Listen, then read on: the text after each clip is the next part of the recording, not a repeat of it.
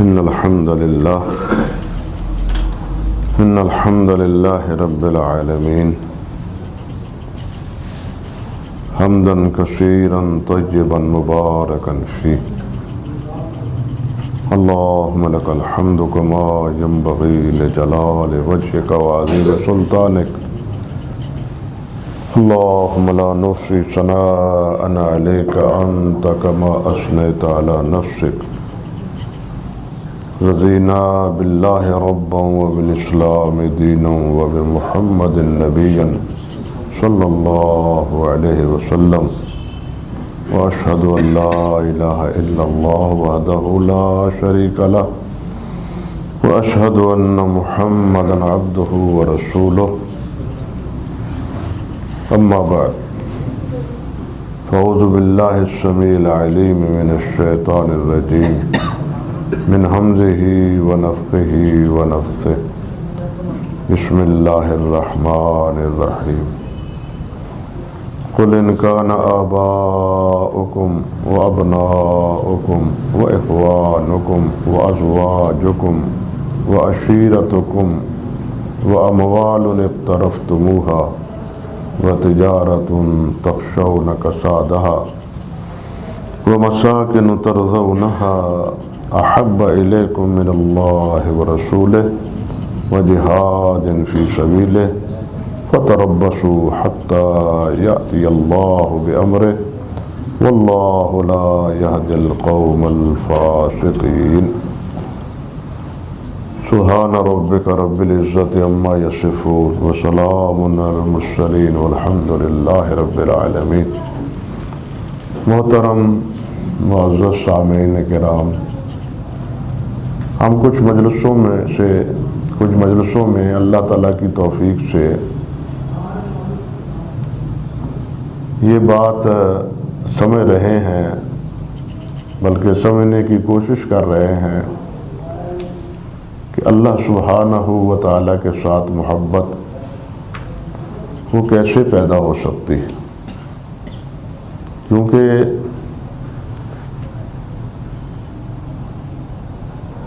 اللہ سے محبت یہ عبادت کے ساتھ ایک لازمی عنصر اور لازمی جز. ہم جو اللہ تعالیٰ کی عبادت کرتے ہیں تو اس کی تعریف میں بھی علماء نے یہ لکھا ہے کہ عبادت کیا ہے. فرماتے ہیں غایت الخشوع ما غایت المحبہ، یہ ہے عبادت کی تعریف. غایت الخشوع ما غایت المحبہ، انتہائی عاجزی، انکساری، فروتنی، فقیری، مسکنت، اس کا اظہار اور نہایت محبت کے ساتھ. ما غایت المحبہ. بلکہ علماء نے تو یہ لکھا ہے کہ اگر اللہ رب العزت کی عبادت میں محبت کا عنصر نہ ہو تو یہ نفاق ہے،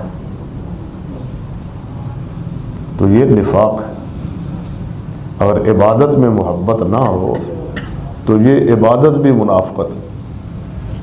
آپ دیکھیں منافقین نمازیں پڑھتے تھے، عبادتیں کرتے تھے کچھ نہ کچھ، لیکن ان کے دل اللہ اور اللہ کے رسول کی محبت سے خالی تھے. لیکن اس کے ساتھ ساتھ دوسرا پہلو یہ بھی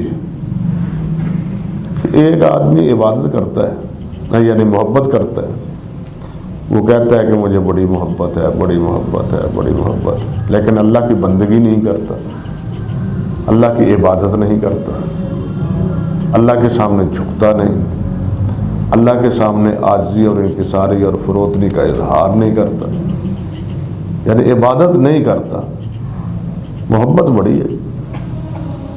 تو کہتے ہیں یہ محبت بھی زندقت، گمراہی ہے، یہ محبت بھی گمراہی ہے، کیونکہ خالی محبت یہ اللہ تعالیٰ کے ہاں پسندیدہ نہیں ہے.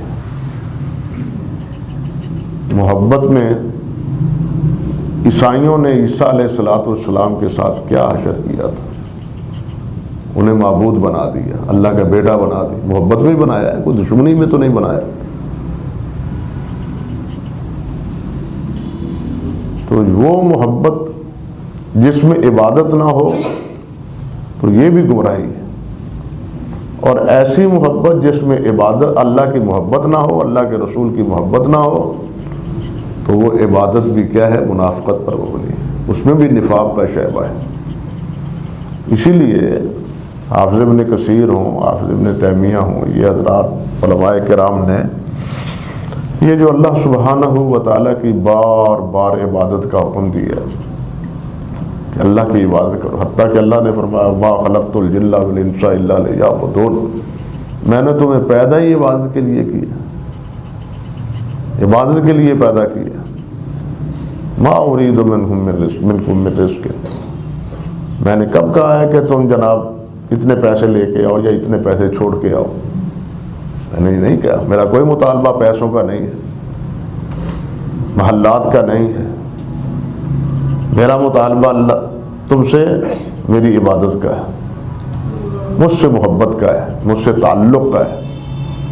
تمہارا میرے ساتھ تعلق کیسا؟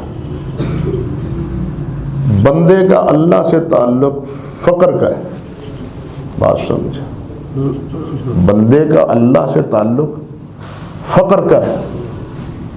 اللہ نے خود فرمایا ہے یا ایھا الناس انتم الفقراء الی اللہ، لوگوں تم سب فقیر ہو، تم سب بھکاری ہو، تم سب منگتے ہو میرے، جو کچھ تمہیں ملا ہوا ہے میرے دینے سے ملا ہے، ورنہ تمہارا کوئی استحقاق نہیں ہے، میرے دینے سے ملا ہے، تم سب محتاج۔ حتیٰ کہ ایک حدیث قدسی میں تو آتا ہے، حضرت ابو ذر رضی اللہ تعالیٰ عنہ سے مروی ہے، صحیح مسلم میں فرمایا کہ اللہ رب العزت فرماتے ہیں کلکم جائع الا من اطعمتہ، تم سب بھوکے ہو، جس کو میں کھلاتا ہوں وہی کھاتا ہے، جس کو میں کھلاتا ہوں وہی کھاتا ہے۔ بندہ اپنی منشی اور اپنی منشا سے نہیں کھاتا، کھاتا ہے، سب کچھ پڑا ہے لیکن نہیں کھا سکتا۔ کلکم عار الا من کسوتہ، تم سب ننگے ہو، جس کو میں پہناؤں وہی پہنتا ہے، ورنہ ایسی بھی کیفیتیں کہ انسان کپڑے اتار کے وہ ادھر پھاڑ جاتا ہے۔ یہ بھی بیماری ہیں، یہ بھی نوعیتیں ہیں۔ اسی لیے تو دعا ہے کہ یا اللہ تیرا شکر ہے کہ ہمیں یہ کپڑے پہنائے ہیں تو نے، اللہ تیرا شکر۔ تو یہ جتنا بھی ہے، پہلا انسان کا اللہ سے تعلق وہ فقر کا ہے، اور جو اپنا تعلق اللہ سے فقر کا نہیں سمجھتا، یعنی بندگی کا، غلامی کا، محتاجگی کا نہیں سمجھتا، اپنے آپ کو آکڑ خواہ سمجھتا ہے، ہاں متکبر سمجھتا ہے، تو یہ شیطنت ہے۔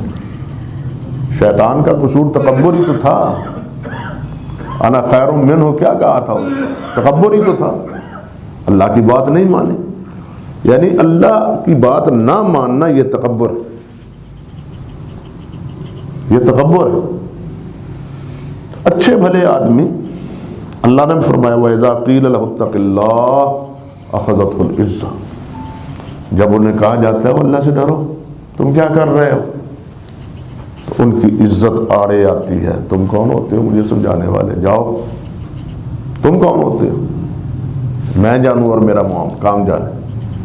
یہ جو عزت نفس ہے نا، شیطان نے جو اس کے دل میں ڈال دی ہے، یہی سب سے بڑی شیطنت ہے۔ یہ کبر، یہ تکبر، نبی علیہ السلام نے فرمایا لن يدخل الجنت من كان في قلبه مثقال حبۃ من کبر، او کما قال النبی صلی اللہ علیہ وسلم، کہ ایک رتی کے برابر کی بھی جس کے دل میں تکبر ہوگا وہ جنت میں نہیں جائے گا۔ اتنی بڑی بیماری۔ اب اللہ کو تکبر نہیں بھاتا، اللہ کو عاجزی بھاتی ہے، اللہ کو فقیری بھاتی ہے، اللہ کو مسکرت بھاتی ہے، تو اللہ کے سامنے بس یہ ہم منگتے بنے رہے، ہم فقیر بنے رہے۔ آپ کوئی کتاب اٹھا کے دیکھیں نبی علیہ الصلوۃ والسلام کی دعاؤں کی، کتنی دعائیں ہیں، وہ سب سوال ہی ہیں۔ جتنی دعاؤں پر مشتمل کتابیں ہیں وہ سب اللہ سے مانگا ہی ہے نا۔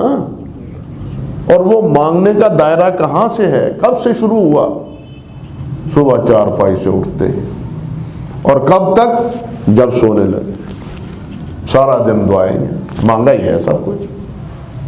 بات سمجھے؟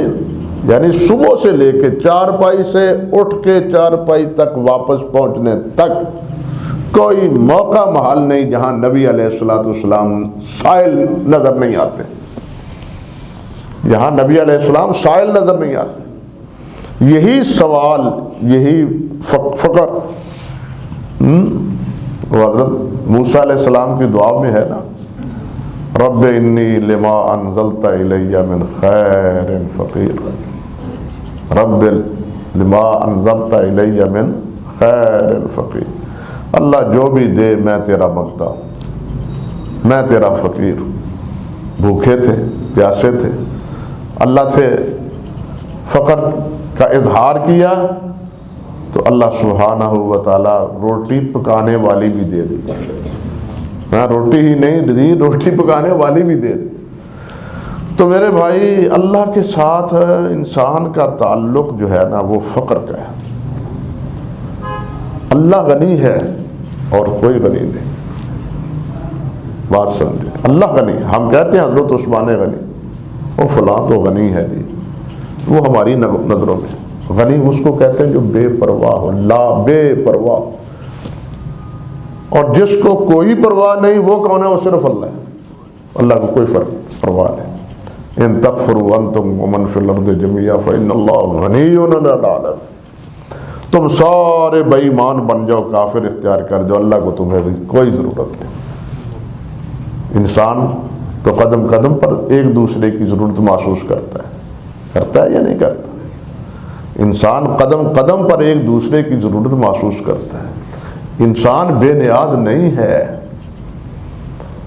انسان بے نیاز، وہ جتنا بھی مال و دولت کا مالک ہو، بلکہ وہ جتنا مال و دولت ہے وہ اتنا ہی زیادہ کہنا چاہیے ضرورت مند، حتیٰ کہ وہ اتنا اپنے آپ کو بیکار بنا بیٹھا ہے کہ گاڑی کا دروازہ بھی خود نہیں کھولتا اور گاڑی کا دروازہ بند بھی خود نہیں کرتا۔ یہ حقیقت ہے یا نہیں؟ ملازم کرتے ہیں، یہ اتنا محتاج ہے، جس کے پاس اتنا پیسہ ہے اس کا حال یہ۔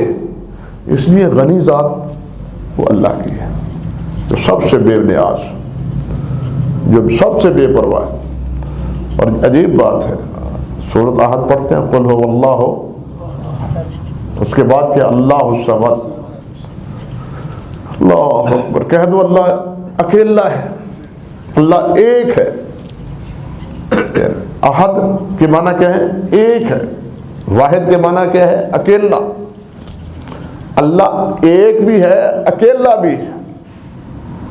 بات سمجھو، اللہ ایک بھی ہے اور اکیلا بھی ہے۔ اور ساتھ کیا کہا؟ اللہ الصمد، اللہ بے نیاز۔ انسان اکیلا رہ نہیں سکتا۔ جنت میں بھی آدم علیہ السلام اکیلے نہیں رہے، سمجھے بات؟ اکیلا انسان نہیں رہ سکتا۔ انسان کا وہ کیا کہتے ہیں؟ دارو ہے۔ انسان کا جو ہے نا ضرورت مند ہے۔ اگر انسان دوسرے سے بے نیاز ہو جائے تو یہ ممکن ہی نہیں دنیا۔ بلکہ میں نے عرض کیا، جتنا بڑا ہے نا، اگرچہ وہ بادشاہ ہی کیوں نہ ہو، وہ بھی دوسرے کا آدمی کا محتاج، لیکن بے نیاز ہے۔ اللہ احد، وہ اکیلا ہو کے سب سے بے نیاز۔ ہم اکیلے نہیں ہیں، ہم اکیلے رہ ہی نہیں سکتے۔ ہمیں حکم بھی یہی ہے کہ تم اکیلے نہ رہو، تجرد کی زندگی نہ گزارو، مجردانہ زندگی نہ گزارو۔ ہمیں حکم بھی یہی ہے، کیونکہ اس کے بغیر چارہ ہی نہیں۔ کون پکا کے دے گا؟ گاؤن کون دے گا؟ کپڑے کون دھوئے گا؟ گھر کی ضروریات کیسے پوری ہوں گی؟ یہ اللہ کی بندی ہوگی اللہ دتی، ہاں یہ اللہ دتی ہوگی تو گھر کا نظام چلے گا نا سارا، اللہ دتی ہوگی تو، ورنہ نہیں چلے گا۔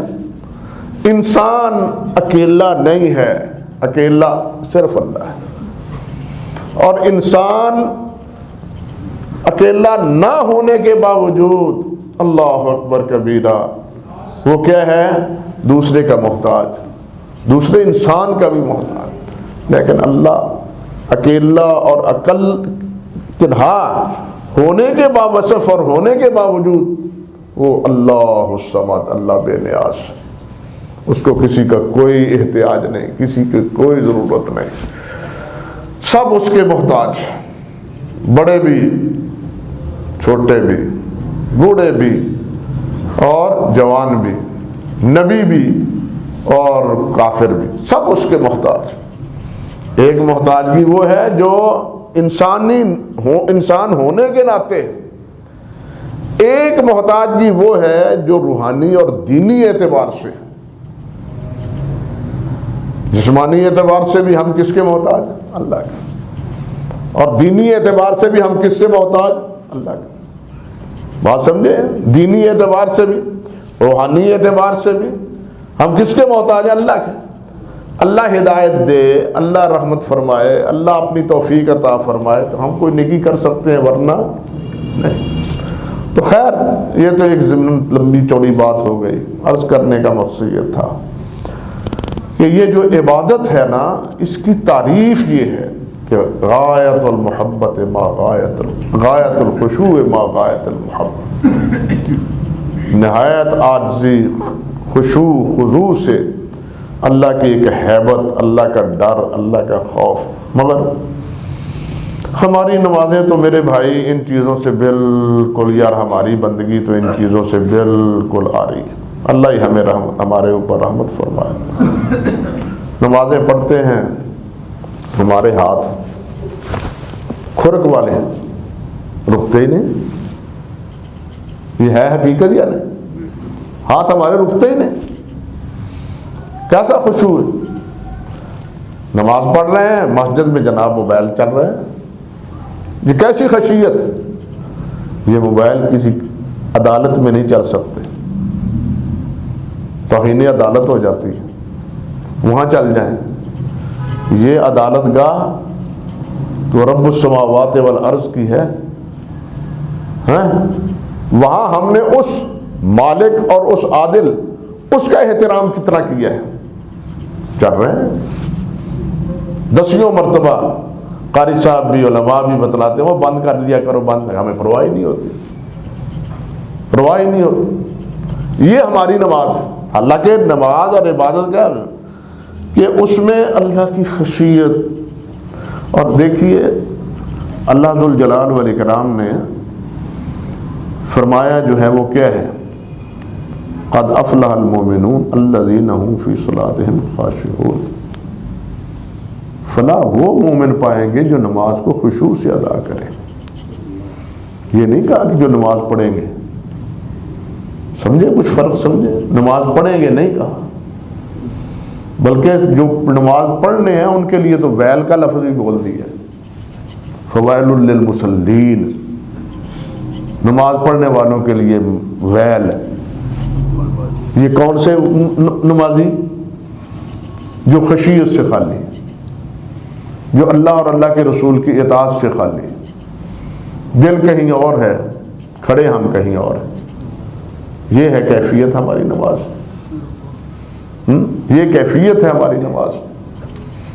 تو نماز عبادت کی جو تعریف ہے اس میں یہ محبت شامل ہے، غایت الخشوع ما غایت المحبت۔ اس سے ہمیں سمجھنا چاہیے کہ محبت کا درجہ کیا ہے، اس کی اہمیت کیا ہے، اس کا مرتبہ کیا ہے۔ اور میں نے پہلے عرض کیا ہے کہ سب سے بڑھ کے محبت اللہ رب العزت سے، والذین آمنوا اشد حبا للہ، جو ایمان والے ہیں ان کی سب سے بڑھ کے محبت کس سے ہوتی ہے؟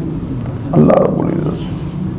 اب ہمارے ایمان کا یہ امتحان ہے، جو اللہ نے یہ فرما دیا کہ ایمان والوں کی سب سے زیادہ محبت اللہ سے ہے، تو گویا یہ ایک امتحان ہے ہمارے ایمان کا کہ کیا واقعی ہمارے ایمان میں، ہمارے دل میں اللہ کی محبت سب سے زیادہ ہے، اولاد سے بھی، والدین سے بھی، مال و متاع سے بھی، کاروبار سے بھی، گھر بار سے بھی، کیا واقعی یہی ہے؟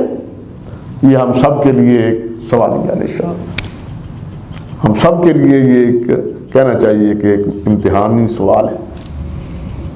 اگر اللہ اور اللہ کے رسول کی محبت غالب ہے تو ہم مخاطب ہیں ایمان والوں کے، والذین آمنوا، ایمان والوں کا وصف یہ ہے، اگر نہیں تو پھر ابھی ہمارا ایمان کامل نہیں ہے۔ ایمان کامل یہ ہے کہ اللہ کی سب سے زیادہ اللہ سے محبت۔ تو یہ اللہ کی محبت آتی کس طرح ہے؟ بات تو یہاں سے چلی تھی اور چل نکلی، بات کہیں سے کہیں جانے کے لیے۔ بات تو یہ تھی کہ وہ کون سے اعمال ہیں، وہ کون سے اشخاص ہیں جن سے اللہ محبت کرتا ہے۔ اللہ تو ہمیں نظر نہیں آتا، محبت تو ان سے کی جاتی ہے۔ میں نے عرض کیا تھا گزشتہ سبق میں کہ جو چیز نظر آتی ہے، قاعدہ یہ ہے جو نظر آئے محبت اس سے ہوتی ہے، اللہ تو نظر ہی نہیں آتی۔ اب اس کا جواب علماء نے یہ دیا ہے کہ جو اعمال، جن اعمال سے اللہ محبت کرتے اور ان اعمال کا اہتمام کرنے والوں سے اللہ نے اپنی محبت کا اظہار کیا ہے، وہ اعمال اختیار کرنے اللہ کی محبت کا ذریعہ ہیں۔ اور انہی میں ایک یہ، جس طرح گزشتہ درس میں عرض کر رہا تھا کہ اللہ سبحانہ و تعالیٰ نے فرمایا ان اللہ یحب المحسنین، اللہ محسنین سے محبت کرتے ہیں۔ دیکھیے، ایک ہے ہم نے محبت کرنی، ہم نے محبت کرنی، ایک ہے اللہ کی محبت، اللہ محسنین سے محبت کرتے۔ جب اللہ محسنین سے محبت کرتے ہیں تو گویا محسن اللہ کا کیا ہے؟ محبوب ہے۔ محسن کیا ہے؟ اللہ کا محبوب ہے۔ اور یہ احسان یہ اللہ کو پیارا ہے، یہ اللہ کو محبوب ہے۔ ہم اگر احسان کریں گے، محسن کریں گے تو ہمیں بھی اللہ کی محبت بھی حاصل ہوگی اور اللہ ہم سے بھی محبت کرے گی۔ اللہ اکبر۔ کہیں اللہ ذو الجلال والاکرام نے اسی بارے میں فرمایا واللہ یحب المحسنین، اور اللہ محبت کرتے ہیں محسنین سے۔ اور کہیں اللہ تعالیٰ نے فرمایا ان اللہ مع المحسنین، محسنین کے ساتھ اللہ تعالیٰ کی معیت شامل حال ہے۔ اللہ کی معیت محسنین کو حاصل ہوتی ہے، احسان کرنے والوں، نیکی کرنے والوں کو، نرمی کرنے والوں کو، چھوٹ دینے والوں کو۔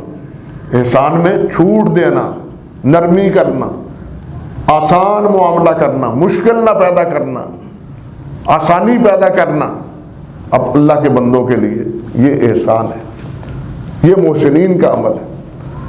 حدیث میں آتا ہے، حضرت شداد ابن اوس رضی اللہ تعالی عنہ سے مروی فرماتے ہیں نبی علیہ الصلوۃ والسلام نے ارشاد فرمایا دو چیزیں ہیں، کہتے ہیں دو چیزیں ہیں کہ میں نے ان کو نبی علیہ الصلوۃ والسلام سے یاد کیا ہے۔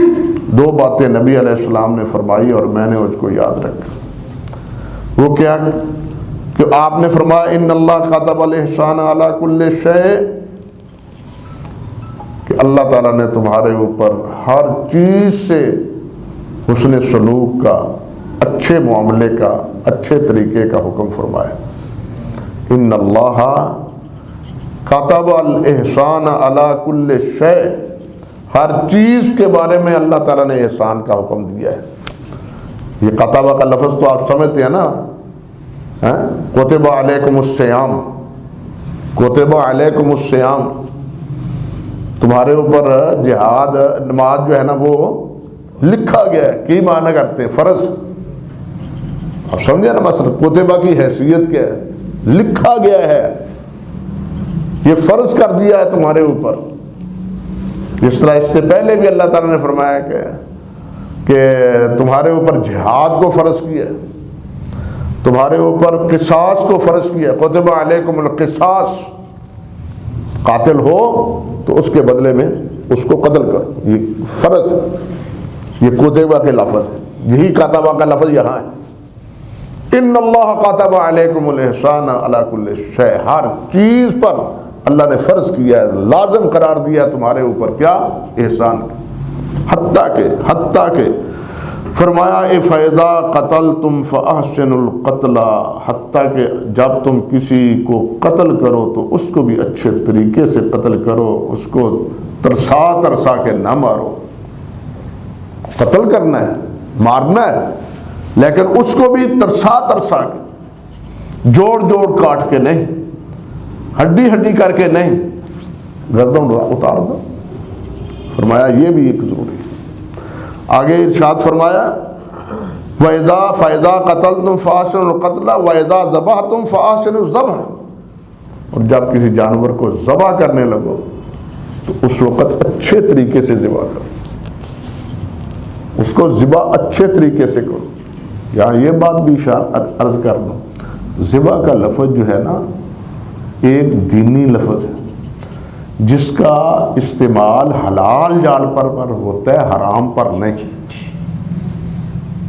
ذبح کا لفظ حلال جانور پر ہوتا ہے، حرام پر نہیں، کہ میں جی کتا ذبح کرنے لگا ہوں، اعوذ باللہ من الشیطان الرجیم، خنزیر ذبح کرنے لگا ہوں، اعوذ باللہ من الشیطان، حرام مال پر نہیں، حرام چیز پر نہیں، حلال پر ذبح کا لفظ ہے، حرام پر قتل کا لفظ۔ بات سمجھے؟ انسان ہے نا، انسان کی جان اور خون بھی دوسرے پر حرام ہے۔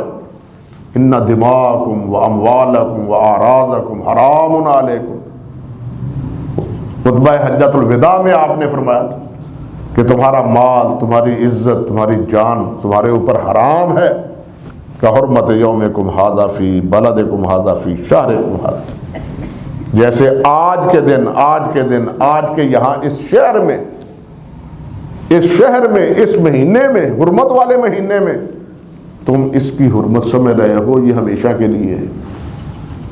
سن لو، یہ ہمیشہ کے لیے ہے، یہ نہیں کہ حرم میں آ کے تم کسی کو نقصان نہ پہنچاؤ، نہیں، کسی کو نقصان نہ پہنچاؤ۔ یہاں کیا ہے، یہ تو لفظ میں نے سمجھایا کہ ذبح کا لفظ حلال پر، انسان بھی ہے، یہ محترم ہے، اس لیے اس کے لیے بھی ذبح نہیں ہے، قتل ہے۔ بات سمجھے یا نہیں؟ اس کے لیے بھی کیا ہے؟ قتل کا لفظ ہے۔ ذبح کا لفظ اصطلاحاً حلال جانور پر بولتے ہیں۔ پہلے لفظ آپ نے فرمایا جب تم قتل کرو، پھر فرمایا جب تم ذبح کرو، دو لفظ بول رہے ہیں نا، دونوں میں کوئی فرق تو ہے نا، سمجھنا چاہیے ہمیں فرق۔ آخر پہلے جملے میں، پہلے لفظ میں آپ نے قتل کا لفظ فرمایا، دوسرے میں ذبح کا لفظ فرمایا۔ تو ذبح کا لفظ ہے حلال جانور کے لیے، اور قتل کا لفظ ہے حرام کے لیے، جن کا جو کھانا پینا جن کا جو ہے نا وہ درست نہیں۔ فرمایا وَلْيُحِدَّ أَحَدُكُمْ شَفْرَتَهُ فَلْيُبَرِّهْ، فرمایا کہ جو آدمی ذبح کرنا لگے جانور کو تو اپنی چھری پہلے تیز کر لے اور اس کو راحت پہنچائے، جانور کو آرام، راحت پہنچائے، جلدی ذبح ہو جائے، کھنڈی چھری نہ ذبح کرے۔ بلکہ ایک حدیث میں تو آتا ہے، نبی علیہ السلام نے فرمایا کہ جانور کو ذبح کرنے لگو تو اس کے سامنے بھی یہ چھری تیز نہ کرو، جانور کے سامنے چھری تیز نہ کرو۔ کیوں؟ جانور کو احساس ہوگا اور اس کے دل میں یہ پیدا ہوگا کہ یہ چھری میرے لیے ہی تیار کی جا رہی ہے۔ شعور اس کو بھی ہے، ہر چیز کو اپنے اپنے دائرے میں شعور ہے، ہر چیز کو، جس کو ہم جمادات کہتے ہیں، جس کو ہم حجر و شجر کہتے ہیں، ان کو بھی اپنے دائرے میں ایک شعور حاصل ہے، حیوانات کو بھی ہے، ہر چیز کو ہے۔ اگر اللہ تعالیٰ نے جو فرمایا وَإِن مِّن شَيْءٍ إِلَّا يُسَبِّحُ بِحَمْدِهِ، کوئی چیز نہیں جو اللہ کی حمد نہیں کہہ رہی، تو اس میں یہ بھی لکڑی بھی ہے، یہ بھی چیز شامل ہے۔ تو ان کو شعور کچھ نہ کچھ ہے نا اپنے دائرے میں، انسان کا شعور اور بچے کا شعور اور بوڑھے کا شعور اور جوان کا شعور علیحدہ علیحدہ۔ حیوان کا اور ہے انسان کا۔ آپ نے فرمایا کہ جانور کو ذبح کرو تو چھری تیز کر لیا کرو، حتیٰ کہ فرمایا کہ چھری بھی اس کے سامنے تیز نہ کرو تاکہ اس کو راحت ہو، جلدی ذبح ہو جائے اور اس کا روح جلدی فارغ ہو جائے۔ اس کے لیے بھی قاعدہ، اس کا بھی طریقہ نبی علیہ السلام نے بتلایا۔ تو خیر عرض کرنے کا مقصد یہ ہے، آپ دیکھیں کہ ہر چیز پر اللہ پاک نے فرمایا کہ احسان کرو۔ جب اس میں حیوانات ہیں تو انسان ہے یا نہیں؟ وہ تو بدرجہ اولا ہے۔ جب حیوانات کے ساتھ ترس ہے، انسان پر بھی ترس کھانا چاہیے، انسان پر بھی رحم کرنا چاہیے، انسان پر بھی نرمی کرنی چاہیے، سختی نہیں کرنی چاہیے۔ یہ احسان، اور اس چیز کو اللہ ذوالجلال پسند کرتے ہیں، اس کو اللہ ذوالجلال اس سے محبت کرتے ہیں نبی، یعنی اس احسان سے۔ اس بارے میں اور بھی احادیث مبارکہ ہیں، لیکن آج کی مجلس میں اسی پر اکتفا کرتا ہوں۔ باقی جو ہیں انشاءاللہ اللہ تعالیٰ نے چاہا تو آئندہ درس میں، آئندہ سبق میں ان کو ذکر کرنے کی کوشش کروں گا۔ وما توفیقی الا باللہ، سبحانک اللہم و بحمدک، اشہد ان لا الہ الا انت، استغفرک و اتوب الیک۔